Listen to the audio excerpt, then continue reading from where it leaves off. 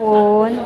Yan, busy yung mga kasamahan ko kasi gumagawa kami ng mag for the cause. Yan, kay Ate Gigi Gahiton. Yan, para kay Ate Gigi Gahiton yan. Yan ang mga ano, diba? Ito po yung mag na aming ibinebenta sa halagang 250. Yan, 250. Bili na po kayo para sa mga may mga gustong sumuporta sa aming kaibigan na si Ate Gigi Gahiton. Yan. Sa kanya. Ayan.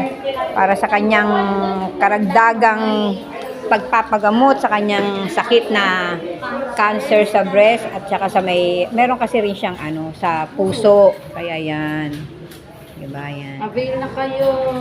Bili na po kayo. Kalolinatics. Lolinatics. Lolinatics.